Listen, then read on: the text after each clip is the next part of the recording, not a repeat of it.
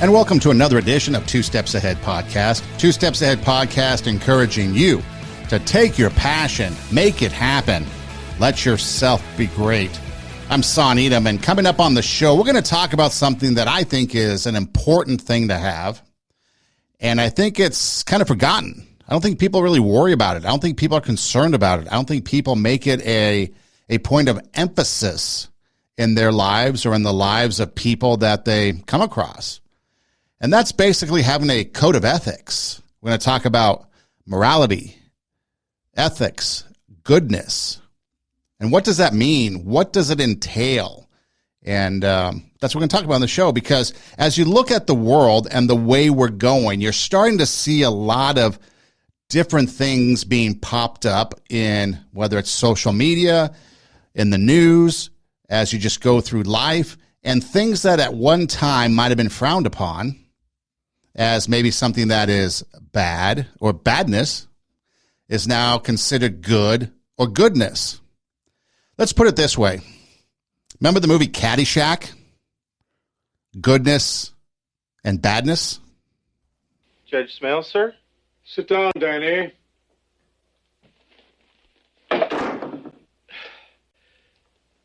Danny, I think you know why you're here, so I'll do us both the courtesy of not reviewing what happened yesterday. Sorry.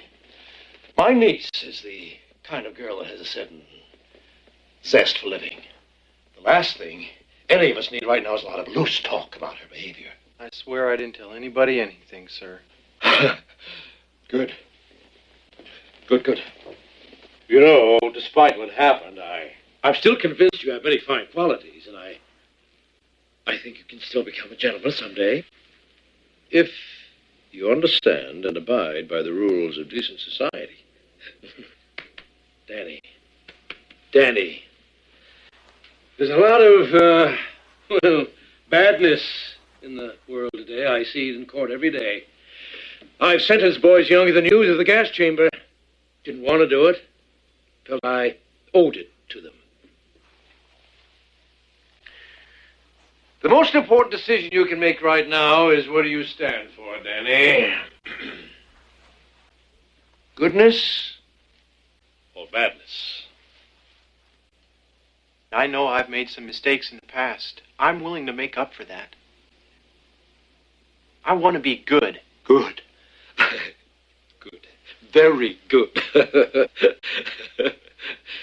You know, I know how hard it is for young people today, and I want to help. Well, just ask my grandson Spaulding. He and I are regular pals. Are you my pal, Mr. Scholarship winner? Are you my pal? Goodness versus badness. If you haven't seen the movie, it's okay. But it's the idea behind goodness and badness, where I kind of got this concept to kind of talk about it. Not from the movie, but I thought that was a good clip to kind of start things off. Start things off with a little bit of humor, a little bit of fun, but yet making the point that there is a difference between goodness and badness. I mean, you would take a look at the definition of good from the Oxford Dictionary. To be desired or approved of is one of the definitions. Pleasing, welcoming, appropriate, having moral virtue, showing kindness. These are some of the things listed in the dictionary under the definition of good. Now, obviously, goodness is a derivative of good. And when you look at goodness, it's quite interesting because as I was doing some research for this, every time I would type in goodness on the internet search, it always kind of reflected back to the fruit of the Spirit, which is a reference to the Bible. And goodness is one of them. So obviously it's something that is there that we need to, or at least talk about, or maybe have an awareness of. Because oftentimes what is defined as good varies. And we'll get to that. But that's what it's about. It's about having a foundation in something, a belief in something that will keep you from being like a jellyfish and just bobbing on the ocean with the ebb and flow of the tide, and your thoughts and your opinions and your beliefs change based on which way the wind blows. And when you come to that point where you're just like the chaff that the wind is driving away, then you've really lost a whole lot of yourself, because you're talking about character. You're talking about who you are, what you are, and people can depend on you for things. And if they want to depend on you, or if they think they can depend on you, the only way they're going to know is by watching you and observing you and seeing how you act in different situations in life. When you're alone, or you think you're alone and nobody's watching, somebody's always watching. And so with goodness, you get kind of all mixed together in the same bowl. You get morality. Morality is the principles concerning the distinction between right and wrong, good or bad behavior. It's basically, morality is a set of standards to live by. And that's really what we want to talk about, the set of standards by which you live by. Do you have a set of standards? If you see a wallet lost, do you return it? Or do you take the money out first and then return it? If you're going to help somebody, are you expecting gratitude or something back, or are you just doing it out of the kindness of your heart? And these are things that there really isn't a concrete answer that is universal for everybody. It's going to be a conversation that you have to have with self-reflection. You're going to have to take a look at your own life. What is it that you want? What is it that you want to express to others? And we'll get to that. So you have good, which is a desire to be approved of, pleasing, welcome, appropriate. Morality, the principles of the distinction between right and wrong, good and bad behavior, basically the set of standards to live by. And then you have ethics, the third part of this. Moral principles that governs a person's behavior or activity. So when you take a look at good or goodness, you take a look at morality, you take a look at ethics, morals, it's all kind of the same, just a little bit of a tweak to fit different aspects of life. And that's when you come up with this idea of a code of ethics. A lot of people will have a code of conduct. A code of conduct might be a set of rules that if you go to a place, let's say you go to an amusement park, there's a code of conduct that they expect how you're going to behave. You're going to follow this code of conduct. If you're in the workplace, there might be a code of conduct that while you're working there, you have to abide by these rules, abide by these behaviors, these activities. So people out there have code of conducts, which is a set of standards that they're going to put upon you, and they want you to follow it. But your code of ethics is something that you put together for yourself so that you can create the person that you want to be. What's the standard of life that you want to be? Some have a high standard of life. Some have a low standard of life. Some might not have any standard of life. I mean, I think about some people that I've come across in life, and their whole instinct is to survive. They've never had anybody to rely on. They've been on the streets. Maybe they've been homeless. Maybe they've lived paycheck to paycheck. Maybe they bounced around different locations across the country. No stability, no roots. And they're only trying to survive day by day. Maybe their set of standards might be a little different than somebody with a fat cat bank account in Beverly Hills. But then again, maybe not. Maybe the fat cat Beverly Hillbilly has a lower set of standards than that one person living day by day. It all depends. And it's also going to be viewed by others in the way you act and behave. So what are some of these ethical traits you might be talking about? What are some of the things that might be ethical? Well, before we get to that, I want to play this.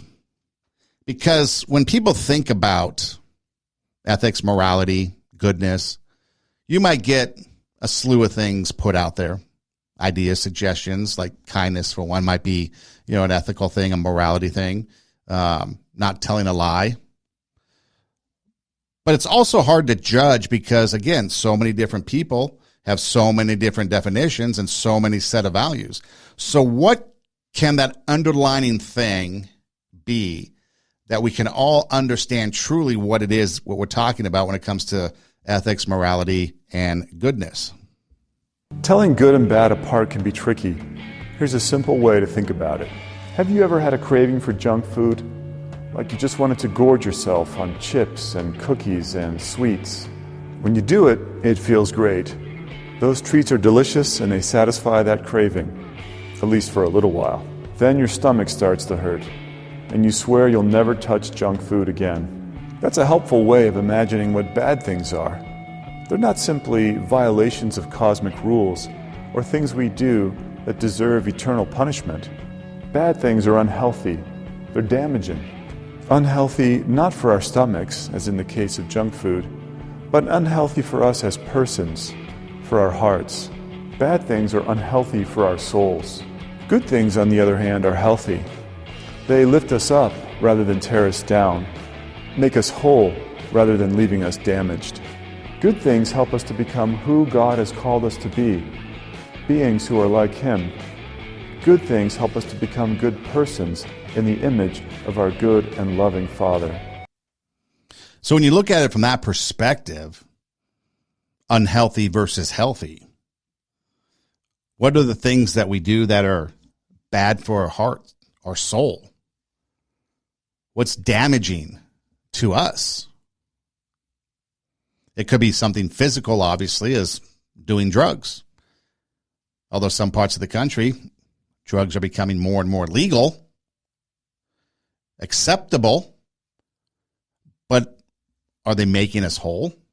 Is it a benefit to us? Does it lift us up, make us feel better? Well, of course it makes us feel better, I guess. Those that partake in, let's say, marijuana, say it makes you feel better.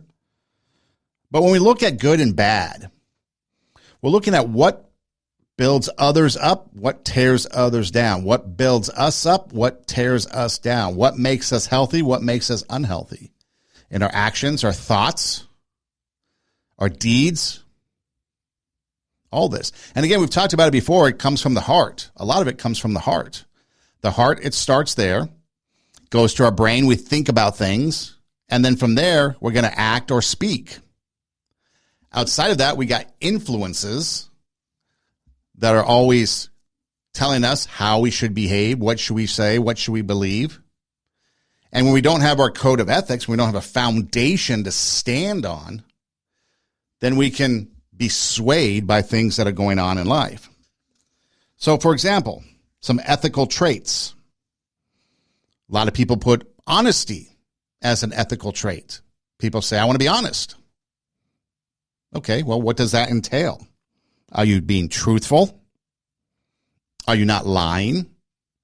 If your boss comes to you and asks who did not get the assignment done, or if you're a student and you didn't get the assignment done, or you didn't study for your test, you're going to make up an excuse, or you're just going to be like, you know what, I didn't study. You know what, I was the one that didn't get the assignment done. I was the one that dropped the ball on this project. I was the one that did something. See, society has gotten to the point now where we blame others. I mean, everybody's blaming others for everything. We see it from the president on down. We see politicians. We see musicians. We see actors. We see all kinds of people blaming others, not taking responsibility, at least not being honest. I mean, we went through the pandemic with vaccinations, masks. People weren't honest with us as to what these things were going to do or how it was going to affect us, or how it would keep us safe. It became politicized. And if they were honest with us, I think a lot more people, or at least the society part of things, would have been less divisive. So again, honesty is one that a majority of people would write down. Another one is integrity. This one's a little bit harder for people to grasp because it's consistent and uncompromised adherence to your morality. Again, a lot of people don't sit down and think about, okay, what's my code of ethics? What's my morality? What is it that I'm believing in that is good? And what is it that I'm believing in that is bad? We don't have that set of standards. And you have to have it ahead of time and established ahead of time in order to be able to react the right way, the good way, in each situation that comes across. A lot of people in the military, for example, you're taught how to react when enemy fire breaks out. You're taught how to respond if a bomb or something goes off. You're taught to respond in a way that's going to try to give you the best opportunity to survive. Okay? So that's what's going on when you get these training scenarios from law enforcement, from military, maybe when you're doing things like if you're in a classroom and you have depending on what part of the country you're in, you might have earthquake drills, you might have tornado drills. Maybe nowadays we have active shooting drills.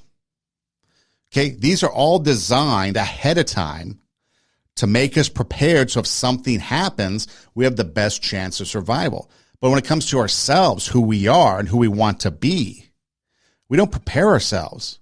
We don't sit down and write out what it is that is our set of standards that we're going to live by.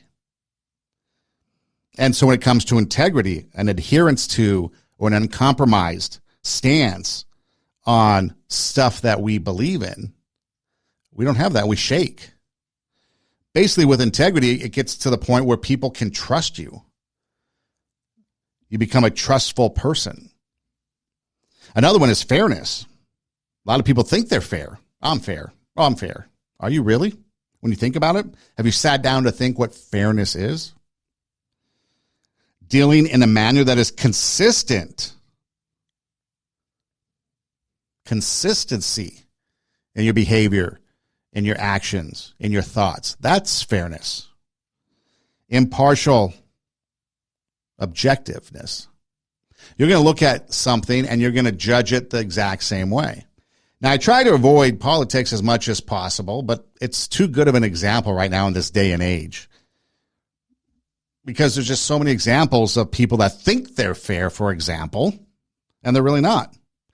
Take a look at the difference between the people that were marching the streets during the summer of 2020 in their protests versus the perceived people that were allegedly in the Capitol building on January 6th. There's no fairness. You're not looking at both things in the same manner. You're looking at them through a political ideology. You're looking at them through maybe what an influence is telling you how you should, whether it be social media or somebody else telling you how you should think. Because if you were going to look at it in a fair manner, in a consistent manner, you would look at both as being both were wrong. But yet somehow, the riots of 2020, those rioters, those people that were burning down our country, are perceived as good. They were doing good, even though they were breaking the law, even though people were dying, even though damage was being done to the billions of dollars, people's lives were being ruined, police officers were being assaulted. These are facts. That was deemed good. But yet people strolling into Capitol Hill where only, I think, one person was shot and killed. And she was shot and killed by police. That was deemed as treason. See, it's not fair. You're not looking at things in a consistent manner. So a code of ethics doesn't include fairness with these people. What about loyal? Are you faithful? Are you faithful to your job? Are you faithful to yourself? Are you faithful to your set of standards that you're going to live by? Are you faithful to the people around you? See, faithful, people throw out faithfulness as like in a relationship. Oh, I'm not going to cheat on somebody. But it goes beyond that. People think loyalty. Oh, I'm going to stick with this company for the next 20 years. Okay. But it goes beyond that. It's sticking with and being committed to whatever it is that you're faithful to, you're loyal to. What about being responsible and accountable? Taking ownership. Being the one in charge. I did it. Yeah, we messed up. Or, hey, we did great. Or, you know what? My team did awesome. They were the ones that did a lot of the work. Even though I may be the one getting a lot of the credit, it's all of us that did the work. That's the hardest thing. The hardest thing is responsibility and accountability. Because when it comes to the good, the stuff that makes us feel good, the stuff that lifts us up, we want all that for ourselves. the accolades, the recognition, the praise. But if something goes bad, it's unhealthy for us. It's tearing us down because we screwed up. We're going to pass the buck. We're going to blame others. Someone else is at fault. This guy did this. That guy did that. This situation. I mean, that's all we hear on the news media these days. You're blaming Trump. You're blaming Putin. You're blaming companies for making profits. Where's the responsibility? Where's the accountability for anybody that's in office? You ran for a reason. Supposedly, the buck stops with you. If you're a coach, Golden State Warriors just won the NBA championship. They're getting all the accolades. Sure, the Celtics, they made it to the finals, but they lost. They didn't win. Why? Buck stops with the coach. Maybe some of the star players. You got to take responsibility for that. And the good ones do. The people that have a code of ethics, they will step up and they will be responsible. And if you don't, you're going to pass the buck. You're going to blame other people because you're lacking a code of ethics. So when you look at this situation and you look at people in general, without having your code of ethics, without having your set of standards to live by, just in a generic world, you can sit back and you can look at people. And that asks the question, are people basically good? Or are people basically bad? A lot of people might think people are basically good. But are they? There are two important, indeed fundamental questions you have to answer in life. The first is there a God, specifically a moral and judging creator? The second is, are people basically good? Your answer to the second question will shape just about all of your moral, social, and political views, even more than whether you believe in God. That's why a believer and an atheist who have the same views about human nature almost always have the same social and political views. Let me give you some examples. You've probably heard the phrase, poverty causes crime. If you believe that people are basically good, you are likely to believe that poverty or bigotry or some other outside force causes people to commit violent crime. That's the only way you can make sense of the fact that some people commit crimes despite their basically good nature. Something drove them to it. But if you don't believe people are basically good, you're far more likely to blame the criminals themselves, not outside forces, for their actions. One more example. In a society where it is believed that people are basically good, parents in society don't devote great efforts toward making good people. After all, if we're born good, why do you have to teach goodness? On the other hand, those who don't believe we are born all that good understand that parents in society have to undertake major efforts to make children into good adults. Okay then, are people basically good?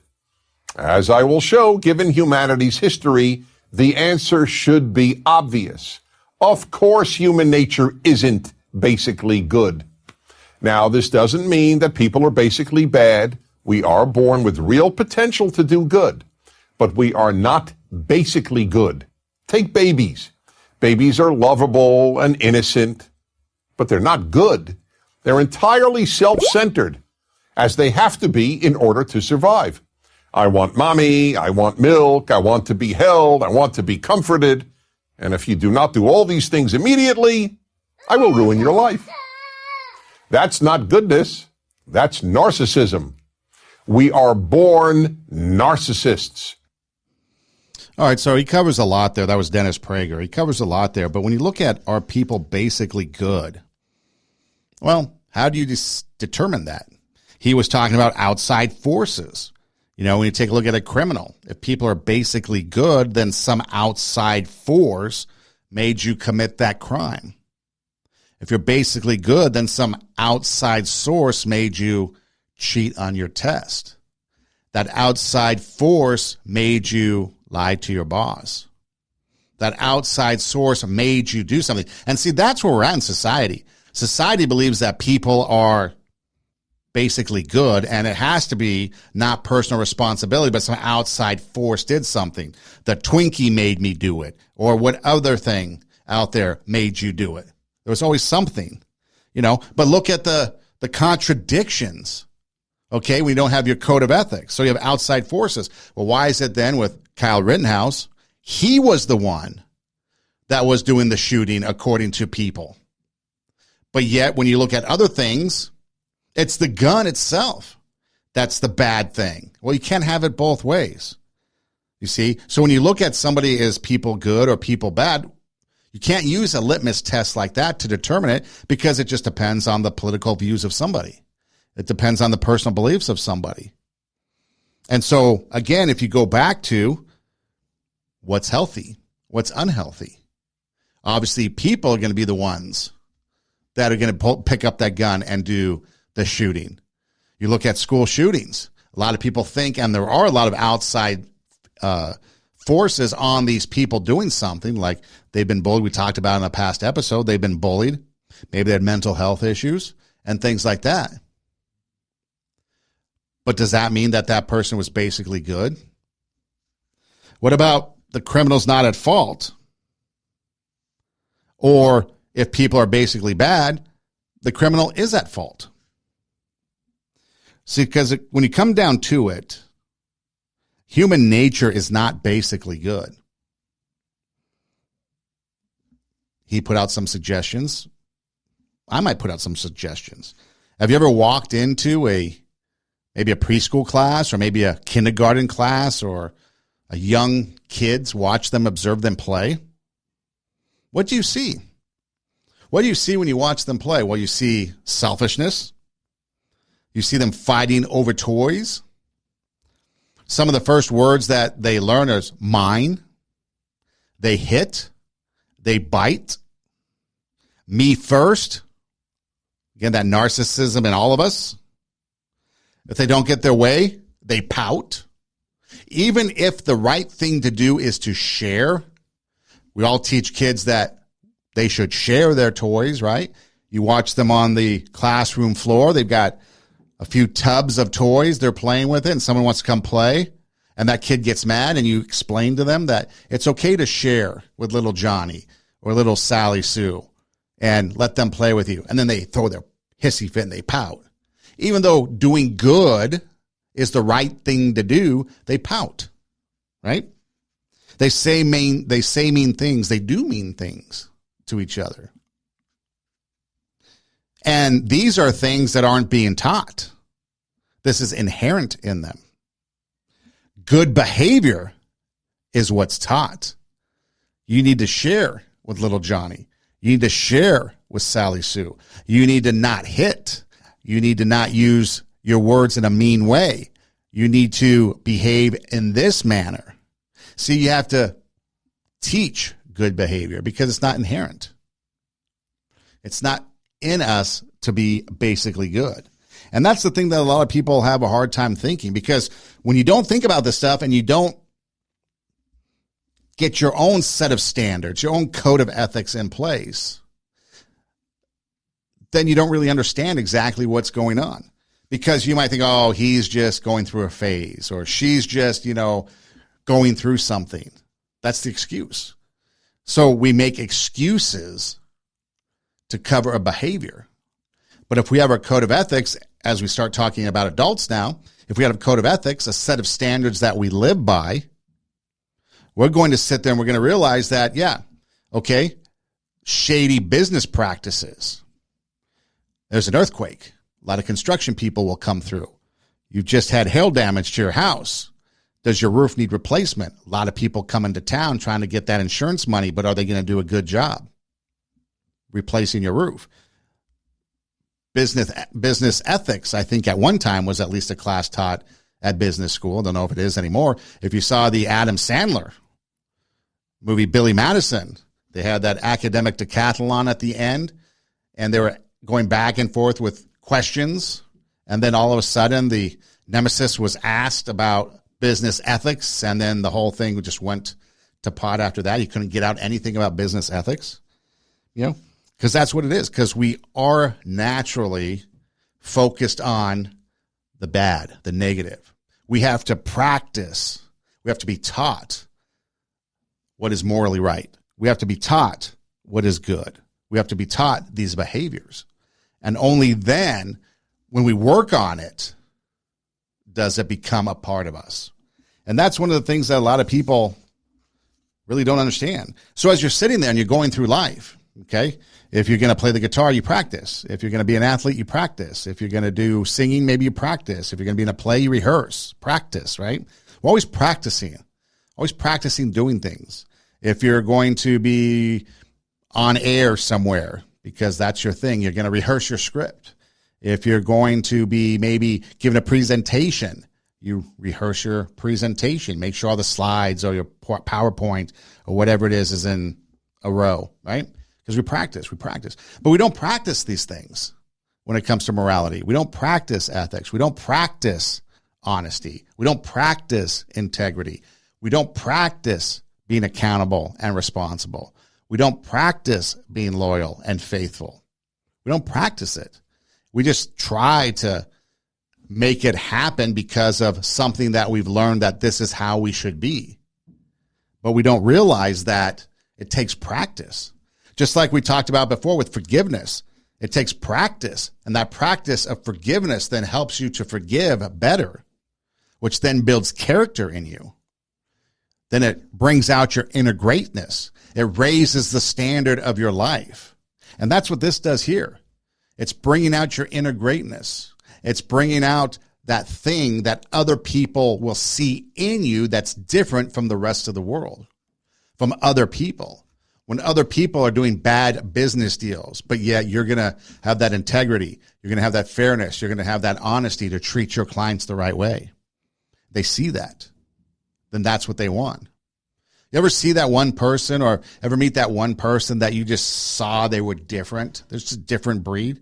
Now, a lot of people will think of them as the gullible ones, the ones that don't have the street cred, right? We talk about street cred and they don't have street cred.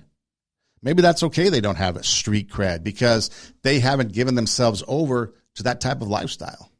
They're not going to swindle you. They're not going to take advantage of you. They're actually going to be genuinely helpful to you. How many times you go around trying to help people, but then you want something back? You know, in this narcissistic world of social media, what we get a lot of times is us going to help others, and then we put it online. Put it on the line. If you've ever watched that movie, The Internship with Vince Vaughn, Owen Wilson, On the Line. But again, we put it on for people to see. Okay, you can debate whether that's good or not. I'm not going to do that. But if you're really, truly about helping others, making others better, making their lives better, helping them out, maybe we do it so that we don't get the recognition. We give anonymously. We make it so that it's about them and not about us. And oftentimes that leads us to ethical dilemmas. If I steal from the rich and feed to the poor, is that good or bad? If I drive over the speed limit to get my sick child to the hospital, is that good or is that bad? What is good and what is bad? What is morality? And do you, as a person, have morals? Morality is what society treats as right and acceptable. They're the standards of thoughts, behaviors, and actions that everyone in a group agrees to follow so that they can all live peacefully. When you define it like that, morality does sound like law. However, while the law is influenced by morals, they're not the same. Stealing is against the law. Whether you're stealing from the rich or from the poor, stealing is a crime. However, a lot of people would consider stealing a piece of bread to save a homeless person from dying of hunger moral. Driving over the speed limit is a crime, but when it could help save the life of a child in the backseat of your car, it becomes the most noble of actions. Trespassing is a crime, but when there's a storm coming and you don't have anywhere to go, hiding under the shade of someone's porch will definitely not get you in society's black book. On the flip side, There are also some things that are considered immoral, but are not criminal. Cheating on a test is a crime, but cheating on a partner is not. However, both of them would most likely be considered immoral. Breaking a promise is one of the most immoral things you can do. But unless it was a written agreement about a business contract, you normally won't get into trouble with the law for it. Although law and morality are different, they're quite similar in many ways actually. Both morality and law are built on the foundation of respect for all humans, as well as the autonomy of life, property, and beliefs. They're also both there to guide the behaviors of people living in a community so everyone can live together in the most peaceful ways possible. Just that one is written and the other is usually unspoken. So when you're talking about good versus bad, morality, ethics, it comes down to society and what they think is right and acceptable. At least that's what we think. Society tells us what is right and acceptable. But what do our standards tell us? Society might say that this standard of thought, this behavior, this action is okay. But is it really?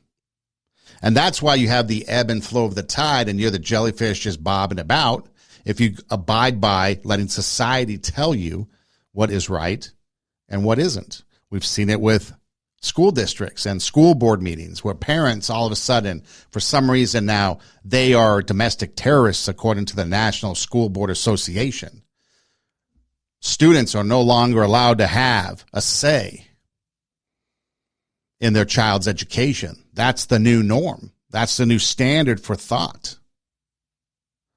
How about all those people during the Gulf War after 9/11 and all those terrorists that were captured and put at Guantanamo Bay in Cuba, and they were held, all those terrorists or alleged terrorists were held without trial, without due process. And there was a huge debate between whether that was acceptable or not.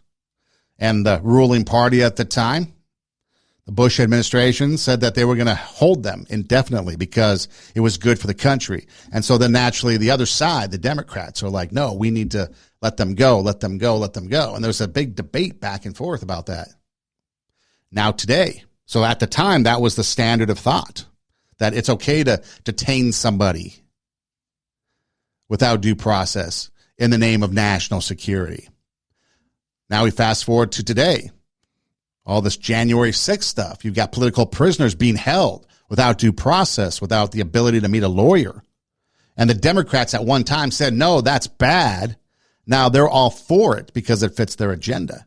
You see, society has changed in their standard of thought, behavior, and action. There's no fairness. There's no honesty. There's no integrity. And that's with a lot of people. That's with a lot of politicians. That's with a lot of the news media. And that's a big influence for us, the power of influence, which is probably a conversation that we're going to touch on, but probably a conversation that might be good for another podcast. But if the standards by society or the standards of thought, behavior, and actions that society tells us is what it is, if this can change over time, is that a good thing? I mean, that's why we've had the Constitution. And the Constitution has been the absolute foundation of what we can and can't do. I'll take the good and bad out of it because that's debatable, but it's what we can and can't do. Now all of a sudden you have people calling to scrap that. You want to just scrap the foundational document that allows us to do and not do certain things. You get rid of that, it can change every election. What society here in America thinks is the standard for thought, behavior, and action. I mean, think about it. You've got the societal consciousness, okay? Let's take a look at stealing. Is it okay to steal? I mean, we've got a lot of people, I don't know if you watch the news, but like the local news, like in San Francisco, for example, a lot of people going into a Walgreens and just stealing whatever they can. Or recently, I forget where it was. I don't know if it was in New Jersey, but there was a place where a jewelry store was just robbed in broad daylight. Okay, a lot of times we think that would be bad. But then the video clip talked about stealing a slice of bread to feed somebody that's homeless. Is that okay? Well, I would think that in my code of ethics, stealing is stealing. It doesn't matter what the purpose is. what the end result is. So maybe you should buy the bread to give to the homeless. Speeding to get somebody to the hospital. A little tougher one, isn't it? Maybe 911 is a better situation to call, because as 911 is speeding to the hospital, they can maybe treat your little one. But that's a little bit more difficult. But see, that's why when we get in tough situations like speeding, and we all speed, so I think that's kind of one that's innocuous, but we all speed just for the sake of speeding, because nobody wants to be on the freeway by yourself, depending on where you're at, and go 65 miles an hour. You got places to go. If you're in Los Angeles, you probably can't reach 65. If you're out across I-80 somewhere in the middle of nowhere, maybe across northern Nevada going through Winnemucca, you're probably going to put the pedal to the metal as you get through northern Nevada. If you're going along the 40 in New Mexico, you probably want to get through New Mexico pretty quick, so you gun it. But when you take a look at these scenarios, especially the tough ones, like I'm going to speed to get to the hospital because I've got someone who's sick and injured, it takes a little bit more. What about someone comes into your house? How are you going to defend your family? How are you going to defend your loved ones? How are you going to defend yourself? Are you going to be okay with taking the life of somebody? Have you thought about that? If you're a teacher and you're at a school and you have to defend these kids, have you thought about, literally sat there and thought about what you're going to do? Are you going to sacrifice your life to try to save the lives of your students? Now, naturally, we all say yes if they asked, but because that's what we think people want to hear. But deep, deep down, you have a family of your own. These kids are just with you for maybe 180 days, but your family needs you for the rest of your life. That's where your code of ethics comes in. That's where you take a look at and see, okay, if I'm honest, if I have integrity, if I have all these other things, well, maybe I don't want to sacrifice myself. And then all of a sudden everybody gets mad at you. But at least you're being honest. You have integrity. See, we're trained, at least teachers are trained to educate, but they're not trained to deal with real life scenarios that are bad. Student goes missing, abusive situation, choking in the classroom, some sort of intruder, a natural disaster, things like that. Teachers aren't trained in any of that. In fact, teachers aren't even trained to deal with the behavior of kids. They're taught academics. They're taught how to do lesson plans, how to teach curriculum, how to do all this other stuff academically, but they're not even taught how to deal with the behavior issues of kids, let alone all this other stuff. And they're expected in the blink of an eye. You are expected in the blink of an eye to make a split decision on how you're going to respond to a situation. What if you're in a restaurant and someone comes up to you and starts bothering you, confronting you? Have you decided ahead of time that you're just going to walk away and keep walking away? Or are you just going to let the emotions of the moment get you going? Same thing on social media, the emotions of social media. What about free speech? Free speech, at one time, you had free speech, and free speech included saying prayer in the classroom. Today, we can't do that. Free speech when it comes to sexualized ideology, LGBTQ, for example. There's a lot of intolerance in the name of tolerance.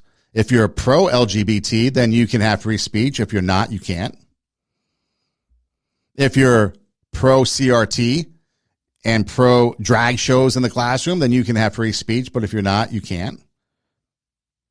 What about when it came to my body, my choice? That was okay for pro-abortion people, but for people that did not want the vaccine, no. You have to get the vaccine or you're going to kill people. Dude, abortion kills people. Again, where's the fairness? Where's the honesty? Where's the integrity? Again, I just use those because those were the most common: honesty, integrity, accountability, responsibility, loyalty. Those were kind of the common things, the most common traits for ethics and morality that came up when I was doing the research. But you can create your own, and we'll get to that in a minute. So the foundation of respect for all humans for life, for property, for belief systems. That's what the underlining thing is. You go back to the analogy of what's good and bad. Well, if it's good, it's going to be lifting you up. It's going to make you feel better. It's good for your heart and your soul and your mind. If it's bad for you, it's unhealthy. It's bad for your heart. It's going to tear you down. It's going to do damage to yourself. I like that analogy, the junk food analogy, when we think about what's good, what's bad, because chocolate is good. But if you have too much of it, it's going to upset your stomach. And then it causes issues. Alcohol can be good and enjoyable, but too much of it destroys the liver. That becomes bad. So again, it comes down to then the foundation of respect for all humans, life, property, and beliefs. You can have a different belief system, but you can respect the other person and be fair in allowing the other person to express those views. You don't have to believe them. You don't have to follow them. You don't have to engage in any of that. Just as if you're on the other side, let's just take, it's Pride Month, so let's take LGBTQ.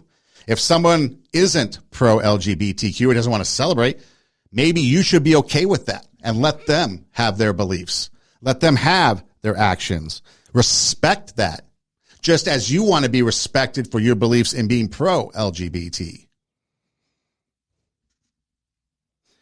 We've come to a place in society where we are so far from that very foundation of respect.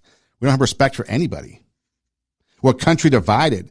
Again, intolerance in the name of tolerance on all sides. Cheating, stealing, protesting, Capitol Hill, BLM, January 6th, masks, vaccines, abortion, take any hot button issue.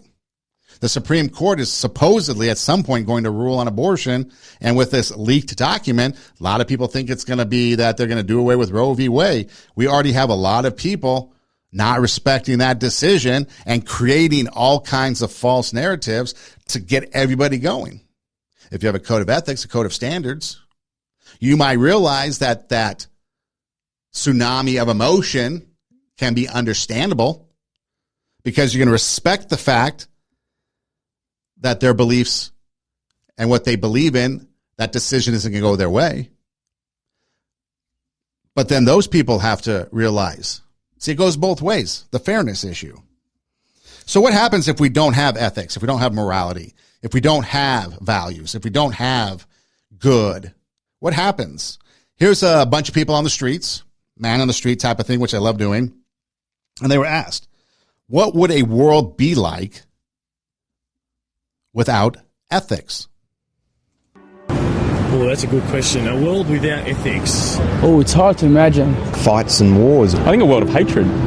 Cruel. Very sad.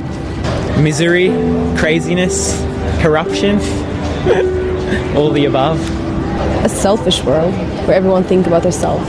It's sort of like lawless. If people aren't looking out for each other, you're pretty screwed. Could be a little bit like we've got now. In a way, just worse. Ethics defines how we should behave towards other people. The question of why should we be good, why should we behave well towards other people. In the absence of that, there'd be chaos. Chaos.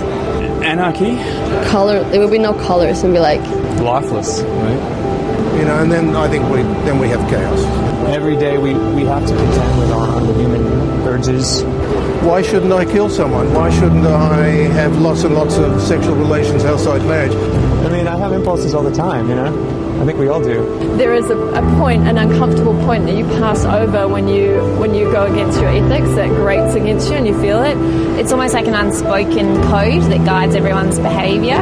It's about recognising those and sort of deciding to live in a way that you can be proud of. Ethics are what keeps the glue of society together. Ethics should always be in the centre, in my opinion, of everything we do.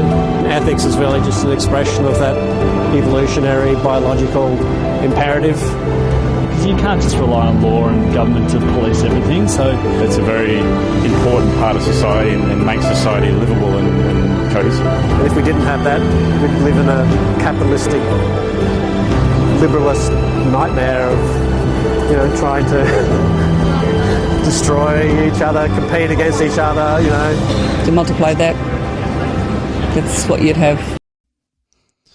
So, man on the street, you ask people, what would life be like? What would the world be like without ethics?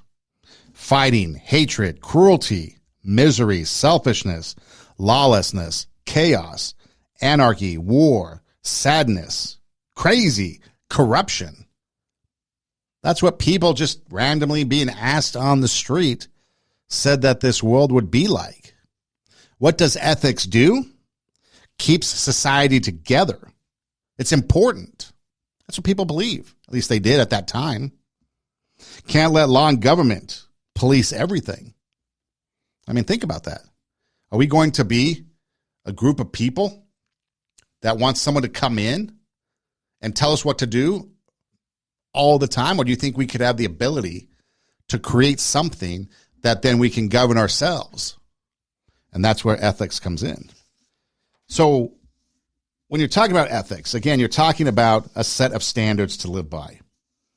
Okay? It's a foundation of respect for all humans, for life, for property, and beliefs. Okay? So that's what it comes down to. That's what, in a nutshell, we should be doing. It's something that we should be doing every day. We should be practicing it. Because as we practice it, it's going to get better. And the more we practice, the better it's going to get. So how do we do that? Well, you got to develop it. You got to develop your own code of ethics. So how do we develop our own code of ethics? Well, one, examine who you are right now. Who are you right now? What do you like? Then compare that to what do you want to be? Who do you want to be? Because if you do that, then you start the process of thinking, okay, what am I now? Who am I now? What do I want to be? Who do I want to be? Because a lot of times you get people in conversation when things aren't going very well in life.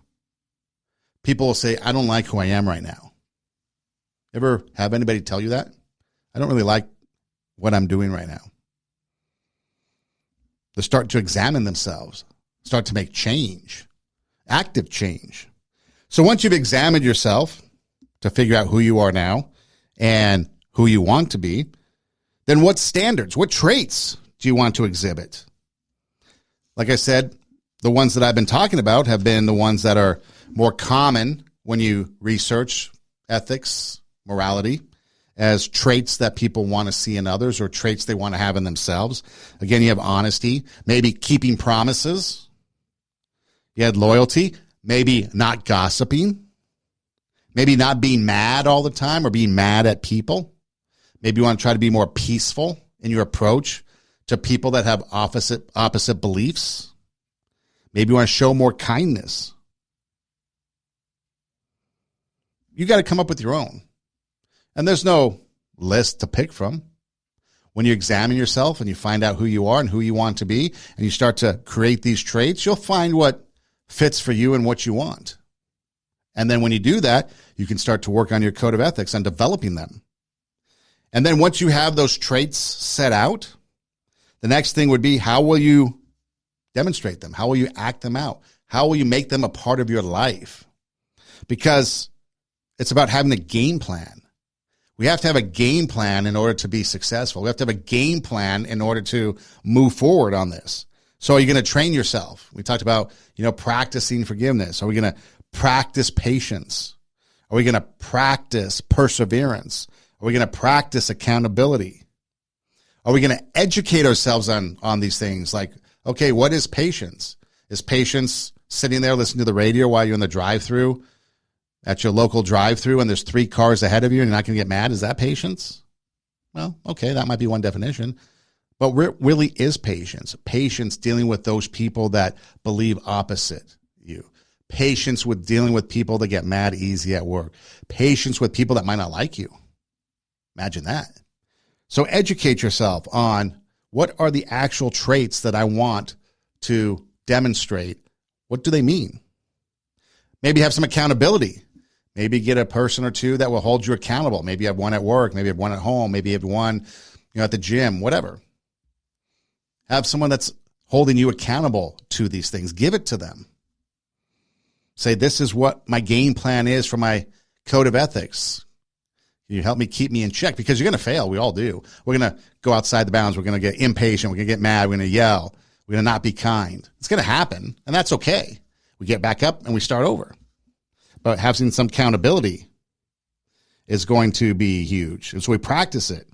We practice it. We practice it. We plan for failure because we know that's going to happen. We don't give up, and we start small. You start small, and then you build. Maybe you start with one, and then you add a second, then you add a third and a fourth, and then you grow your code of ethics. So you examine yourself. Who do you want to be? What are you now? What traits, what standards do you want to include on this code of ethics? How will you act them out?